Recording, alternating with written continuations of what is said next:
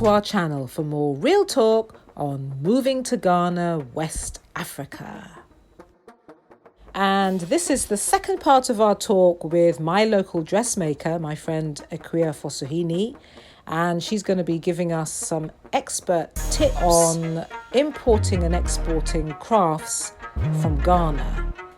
Before we begin, please remember to subscribe. We really need your help to get to 1,000 without cheating. It's free, it is quick and painless, and it's gonna be so easy. So if you're ready, let's get straight into it.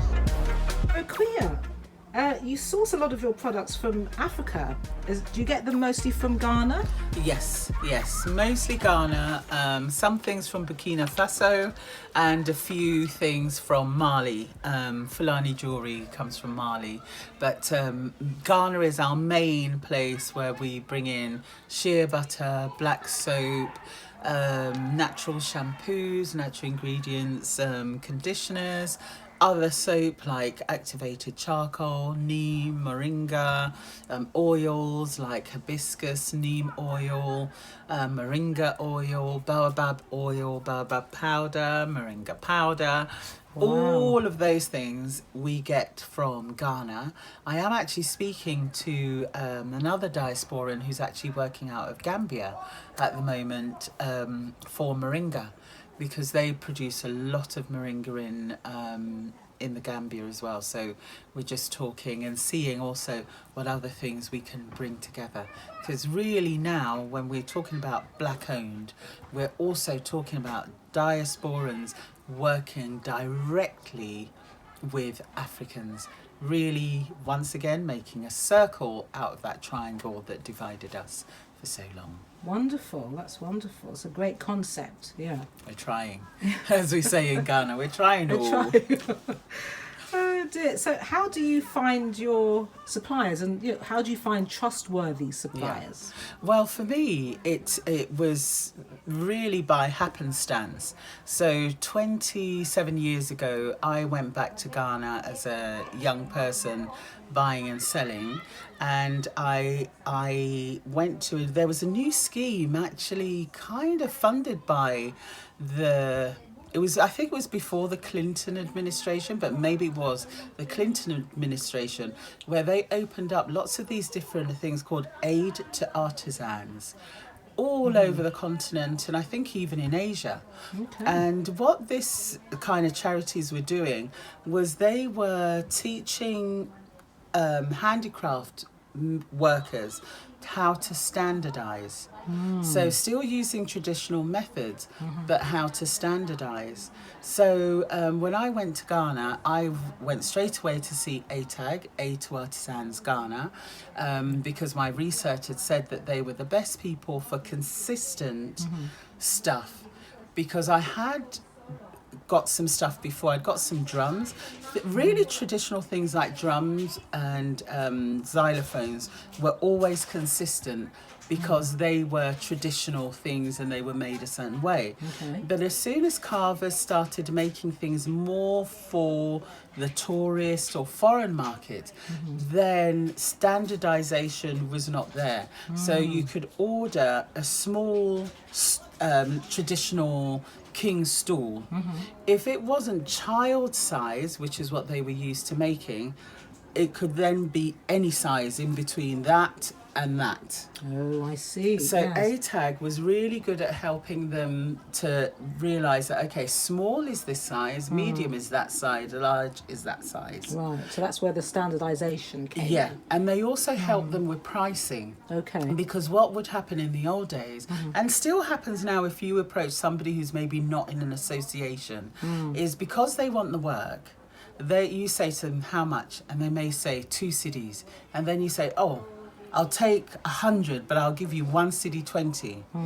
Now, what people outside of Ghana don't know is that people in Ghana and across Africa and Asia, they are not making 100% on top of the price they give you. Right. Most people, if they say something is 2 cedis, they probably bought it for 1 cedi 50. Their profit is normally, sometimes can be as small as 10%. Okay, so when people haggle, When people haggle, you're really depriving them. well, what happens is the person can't fulfill the order. Okay. So what happens is they'll say, okay, I'll do it. You give them the money for, let's say, 100 pieces. They can deliver to you 60 and make a bit of a profit. Yeah. Then suddenly that last 40 doesn't happen, and you phone and they don't pick up the phone because they could never do the order.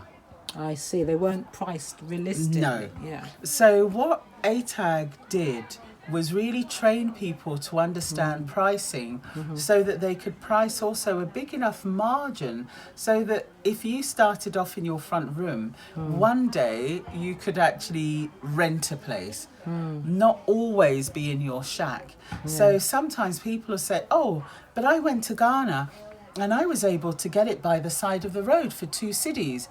Yes, because that person literally will be on the side of the road forever. Yeah. But you go to places like ATAG and something that you could find on the side of the road that is inconsistent, that has had shoe polish put on it rather than hardwood, yes, you will pay 2 cedis. And you'll soon learn why you pay 2 cedis. But you go to ATAG and it's 8 cedis. So that's or how 10 you cedis. that's how you keep control of the standard, the quality. As well, by buying from the right type of suppliers. Totally. Because ATAG also have quality control people, and they have regular training. And I know all of this because although I started off as a buyer 27 years ago, 12 years ago I moved to Ghana, and then I became a maker. Brilliant. So I joined then ACNAG. And ACNAG is Aid to Artisans Ghana, and then the other bit is something like Craft Workers Association Network of Ghana. So that's the maker's side of things. And because I was making then my clothes, and I opened a little workshop where I was doing manufacturing of bags. And then so I joined ACNAG. And we would have regular trainings about every 6 weeks, 2 months. We might have marketing, pricing, and different buyers like TK Maxx is actually part of... They're part of this massive other company. And in America, they've got about 4 different brands under the big umbrella. So what would happen is when the buyer would come to Ghana, they'd get in touch with ATAG. ATAG would get in touch with all of us ACNAG members, and we would come and set up our things that were ready for export. So then those buyers, and to get us ready for that, the buyers were very good. Not the buyers, ATAG was very good at training us to be able to deal with foreign buyers.